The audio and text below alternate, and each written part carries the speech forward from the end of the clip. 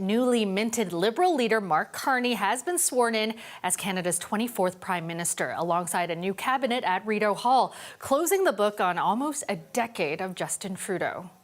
I, Mark Carney, do solemnly and sincerely promise and swear that I will truly and faithfully, and to the best of my skill and knowledge, execute the powers and trust reposed in me as Prime Minister. The former central banker appointing a leaner 24-seat cabinet to Trudeau's previous 37 and demoting some familiar faces. Chrystia Freeland moves to transport, with Carney eliminating her old job as Deputy Prime Minister. Meanwhile, François-Philippe Champagne gets promoted to Finance Minister, with Anita Anand taking over his old job as Minister of Innovation. Foreign Affairs Minister Melanie Joly and Natural Resources Minister Jonathan Wilkinson will keep their portfolios. Stephen Guilbeault is now Carney's Quebec lieutenant. Carney wasted no time getting to work later in the day, signing an order to end the carbon tax, though it is unlikely Parliament will be recalled to change the law. We also caught up with people in our city reacting to our country's new Prime Minister.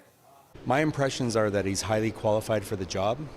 My impressions are that in a time like we're facing, we need a leader who has connections, and he has long experience with leaders around the world from his previous roles in England and previously here in Canada. And I can't help but think that this is a time that we need more friends than we've ever had before. I prefer Poilievre. Yeah.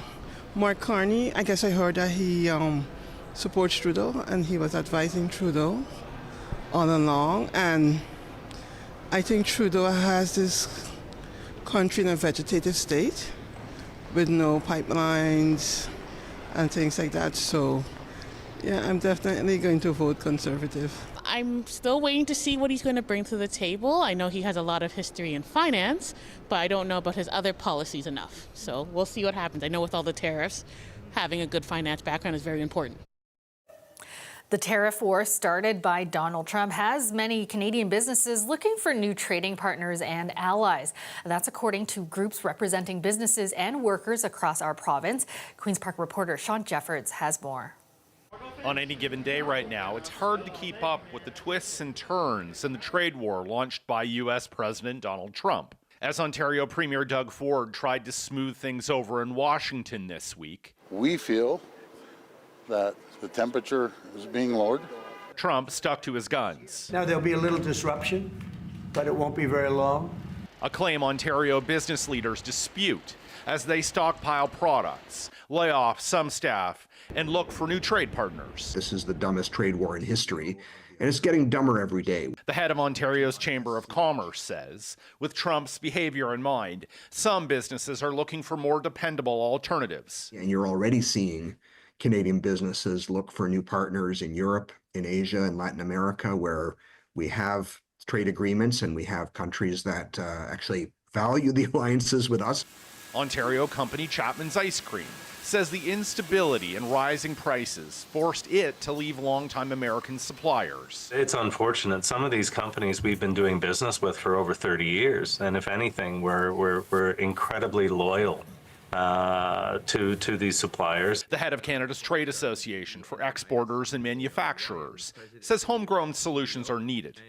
That includes tearing down interprovincial trade barriers and building a more extensive transportation network from coast to coast. The vast majority of those transportation networks go north-south. And so that would be one of those things, okay, well, we have to start thinking about how to go east-west again. The Canadian Federation of Independent Business says government can play a key role in helping firms as they work to diversify their trading relationships. But those should come in the form of tax cuts, not loans. Many businesses are still carrying COVID debt, and you're not really, as keen to take on more. So what can we help them with today that will get them through this hump and help them transition potentially to other markets? Unifor's national president says government spending on infrastructure projects that prioritize Canadian companies will be a key strategy. But a longer-term move away from the U.S. to other trade partners is now necessary, and that will take time. I think we've all come to the understanding that even if we do work out a trade agreement, the trust is gone. Canada has to do things differently. It's, yes, a giant wake-up call. Sean Jeffords, CBC News, Toronto. The city's toxic drug supply is seeing a massive spike in veterinary tranquilizers. The Toronto Drug Checking Service, which tests opioid samples, is sounding the alarm, warning that the addition of these tranquilizers puts people at higher risk of overdose. Dale Manukduk has this story. Over the last few months, the Moss Park Consumption Treatment Service has called for paramedic assistance more than ever before. We've been seeing an increase in cardiac events or close to cardiac events happening in our sites. Our sites are set up to respond to opioid overdoses or respiratory issues, and we're not set up for cardiac issues. Between February 22nd and March 7th, the Toronto Drug Checking Service found 81% of expected fentanyl samples contained veterinary tranquilizers, most notably xylazine and medetomidine. It's the highest number ever recorded since the free service began testing in 2020. Both of these are veterinary tranquilizers that are central nervous system and respiratory depressants that, particularly in combination with high-potency opioids like fentanyl, would work to suppress people's vitals. It's unclear why these tranquilizers are making their way into the city's unregulated drug supply, but speculatively, veterinary tranquilizers are being added to the fentanyl supply because fentanyl is a very short-acting opioid. And so in order to prolong sort of the desired effects of fentanyl, things like benzodiazepines and veterinary tranquilizers are added to fentanyl. According to data provided by Ontario's Coroner's Office, the presence of xylazine in opioid-related deaths for 2024 has ticked up a bit from the previous year. It's about 3.6% of all of the opioid-related deaths, and that's not substantially changed from 2023. The chief coroner and Toronto Public Health note that xylazine does not respond to naloxone, the medication that reverses opioid overdoses, meaning it can contribute to increased risk of death. The increased contaminated supply in Toronto highlights the need for real-time drug checking services. In all of Canada, it's only available in Toronto. But the service expects to shrink by 60% because the province is shutting down several safe consumption sites. And I was just wondering how you would feel if I stuck one of these beside your house. You wouldn't like it. Matter of fact, I know you wouldn't like it. 5 of the sites are in Toronto and serve as drop points for the drug checking service. It actually helps us figure out what the best response is to those types of adverse drug reactions. The sites are scheduled to close at the end of the month. Dale Manukduk, CBC News, Toronto. A judge has decided not to grant an injunction that would stop the Ford government from ripping out bike lanes in Toronto in the next few weeks. The move was just one step in a court challenge against the province's plans. And as Lane Harrison reports, those mounting the challenge say this isn't the end. The campaign to save some Toronto bike lanes isn't over, despite a disappointing development today for those behind it, with a Superior Court judge denying an injunction application that would have stopped the province from doing any work before mid-April, when the court challenge will be heard in full, to remove bike lanes on Yonge, University and Bloor. We're still pretty confident that the lanes aren't going to be ripped out anytime soon before we have our day in court. For bike lanes the province has said no work would begin before March 20th and has offered little else on timing. But government documents made public through the court this week indicate it may not begin for months at least. The application for the injunction was judged on 3 components. Meatloaf, the 70s singer, said, 2 out of 3 ain't bad. That's not the case in an injunction. You have to establish all 3 parts of the test. 1, the judge wrote that there is a serious issue to be tried. 2, and that cyclists could face irreparable harm if the bike lanes are removed. But 3, he ruled that the application should be denied because it's better for the public interest, because of a strong legal precedent that validly passed legislation is in the public interest. In his decision, Justice Stephen Firestone wrote, quote, "The applicants have not met the heavy burden of establishing that an injunction preventing the removal of the target bike lanes, even for a short period of time, will do more for the public interest." But the Superior Court decision was not all bad news. The judge did say that there is a strong case here, and we still feel really optimistic for April 16th and our charter challenge. That court challenge will argue that the legislation is arbitrary because it won't reduce congestion and that it violates cyclists' charter rights to life and security of the person.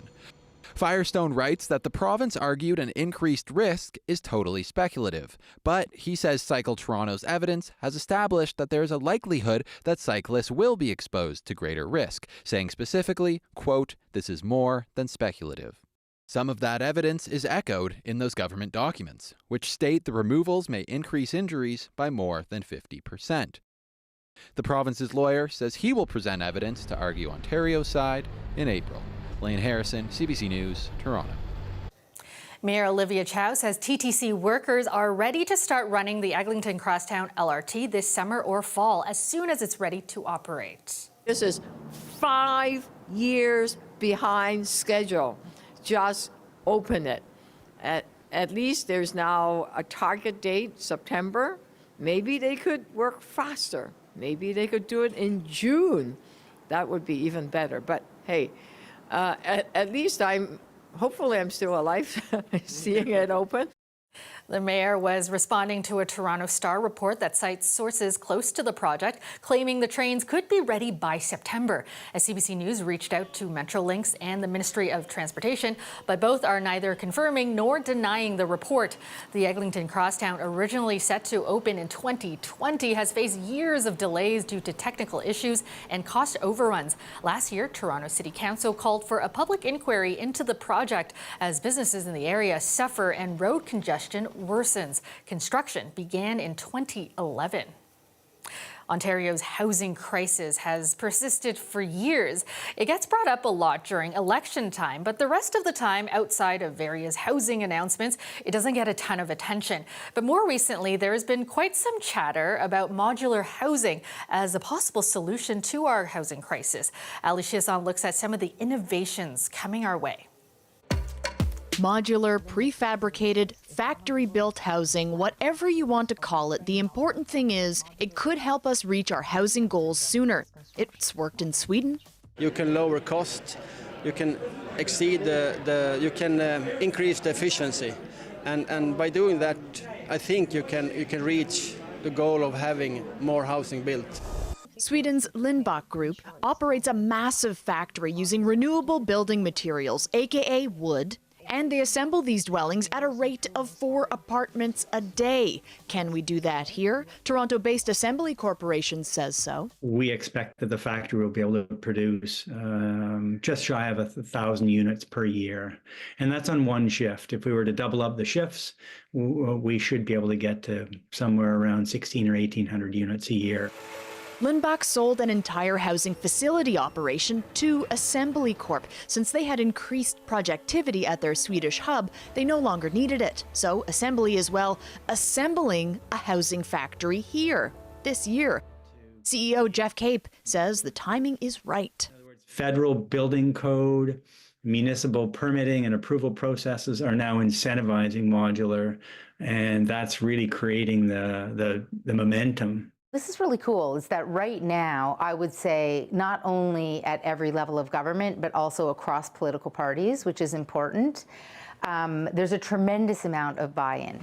Former Chief City Planner Jennifer Kiesmat says there is broad recognition that modular housing is the most efficient way to address the missing middle in the city's housing stock. Part of the work she does now is finding the right sites to actually build it, which can be tricky. If there isn't a laneway or if it isn't on a corner, then we have a problem with blocking traffic, which, as you can appreciate, doesn't go over very well in Toronto. Another really significant issue is overhead wires. So these are some of the very technical considerations that you need to look at when assessing the viability of good sites. This work has been in the works for a while, so once the housing factory is built, they should be able to hit the ground running. There's an opportunity that we can build a tremendous amount of great, high-quality, neighborhood-based housing, on an expedited timeline, which is what we need to do in this country. The state-of-the-art modular housing factory will be built at Downsview Park. Ali Chiasson, CBC News, Toronto. Toronto FC is getting set for their home opener tomorrow against Chicago Fire at BMO Field. A TFC looking for their first victory of the season after going winless in their first 3 games on the road. Greg Ross has more. Toronto FC hit the pitch for a training session at BMO Field before their home opener Saturday. Meanwhile, at City Hall, Mayor Chow helping to welcome the team home with a flag raising. Don't do anything. And getting familiar with a team mascot.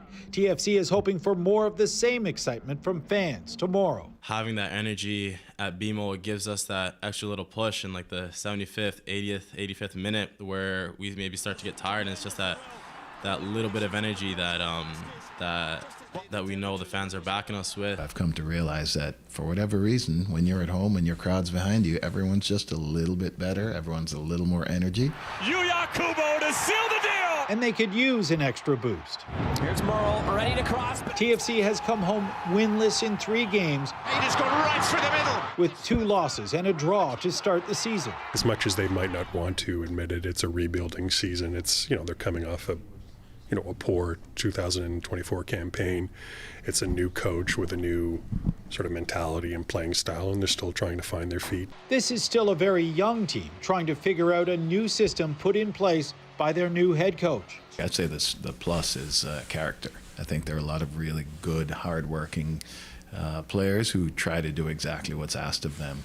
And when they do, in the moments, I feel like we've had some pretty decent moments. We're right there. I mean, we're right there. There's certain things that we've talked about as a collective that needs to change from the last couple of games, and they're not these massive changes. They're small things that can be fixed. They'll face another team off to a rocky start in the Chicago Fire, who happens to be coached by a familiar face in Greg Vanney. He coached TFC through their championship season, with current head coach Robin Fraser by his side as an assistant. They have quite a few talented players, and they're playing very cohesively. So I know they'll be hard to break down. For what it's worth, historically, Toronto FC does have a very good record in home openers. They come in with a 9-6-3 record. They'll look to win their 10th home opener when they host the Chicago Fire on Saturday. Greg Ross, CBC News, Toronto. From perennial favorites like Spider-Man and Sailor Moon to more obscure characters, thousands of cosplayers and fans are donning their Comic-Con best at Toronto's annual celebration of all things pop culture. Brittany Billette was at opening day. Weekend filled with cosplay, fandom, and fun. Toronto Comic-Con kicked off on Friday, and fans say they're excited for the weekend to come. It's an excuse to dress up and just have fun and do awesome things, and I'm so excited to be here. It's fun walking around and seeing other cosplayers out there and other people dressed up. It's fun, saying, oh, I know where that person's from and sort of thing, and getting a little photo. For me, I think it just means being able to bond over sort of like shared interests and being able to experience things together. Here on the showroom, there's super fans galore, many looking for unique art and collectibles. Some folks have traveled across the world to be part of the action, including from Switzerland. We're a group of 4 Swiss people who are coming here and have a look, yes, and have a look how it's here in Canada. So I like the country, I like the people as well. They're so kind and friendly. Yes, I love it.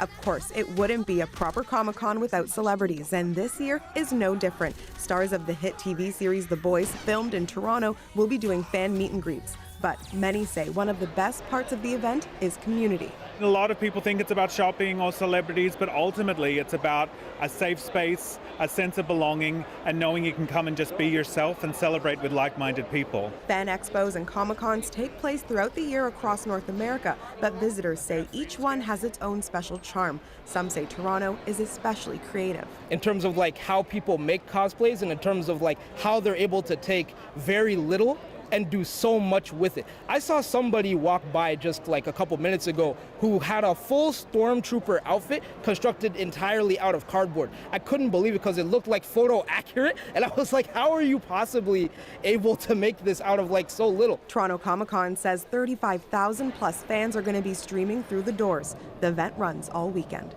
Brittany Billette, CBC News, Toronto. All right, Colette's here with the forecast, and it was another warm one today. Yeah, that's right, Kelda. We certainly outdid ourselves today in terms of that afternoon temperature. Some very nice conditions, although, again, that kind of milky sky because of the clouds that moved in. It was still quite bright. But as of 7 a.m. this morning, it was -2, so we were below freezing. I mean, Peterborough well below freezing at -7, and even Windsor at -1. Talk about outdoing yourself. Windsor 19, this was at 3 p.m., actually popped up to 20 degrees before that daytime heating was done, but I've stopped it here at 3 because that was our high for Toronto of a very comfortable 13 degrees. A normal high for this time of year is about 5. So well above there. Taking a look, you can see the intensification of the jet much stronger now here. Still have kind of that split, but this is really where the focus is with the severe weather outbreak, not just through today and tonight, but into tomorrow anticipated as well. Tornadic activity, all kinds of action there. We even had a severe thunderstorm warning into northern Ontario a little bit earlier. Not really anticipating severe thunderstorms, although we could have a few embedded storms. That's possible. So the rumble of thunder, not out of the question. It's more the risk of flooding. So looking at that large area in the special weather statement for the weekend with that 20 to 40 millimeters of rain, the ground still firm, areas still with snow, even with a couple of mild days. And so with all of that, localized flooding is a possibility, especially by the time we get to Sunday, because this is kind of a 2-day event. Now, Saturday, already in the morning hours, some showers and thunderstorms rushing through southwestern Ontario. I do want to show you, though, this is lunchtime. Prior to that, we could have quite a bit of sunshine in the GTA, and then this sort of breaks apart. We often see that kind of at the west end of Lake Ontario, at the mouth of the lake here, and so it may weaken quite a bit. We get another bit of a break, but then the next more intense round comes through, and that's for Saturday night and for Sunday. So it'll be harder to avoid if you have plans Sunday morning or the St. Patrick's Day parade or the run. You'll just need to be ready for some wet weather. But once that moves on through, there is some cooler air on the backside, but we're not going to see those snow flurries. They'll stay to the north of the GTA. A look at some of those potential rainfall totals then. Moving through Sunday, or Saturday night, it's not that bad. It's as we get into Sunday, that's when those pop up to 20 to 40 millimeters. Overnight temps tonight, 6 degrees, and then as we go through tomorrow, a high of 15. How about after that? Still mild on Sunday with the wet weather, and then a slight cool down for St. Patrick's Day.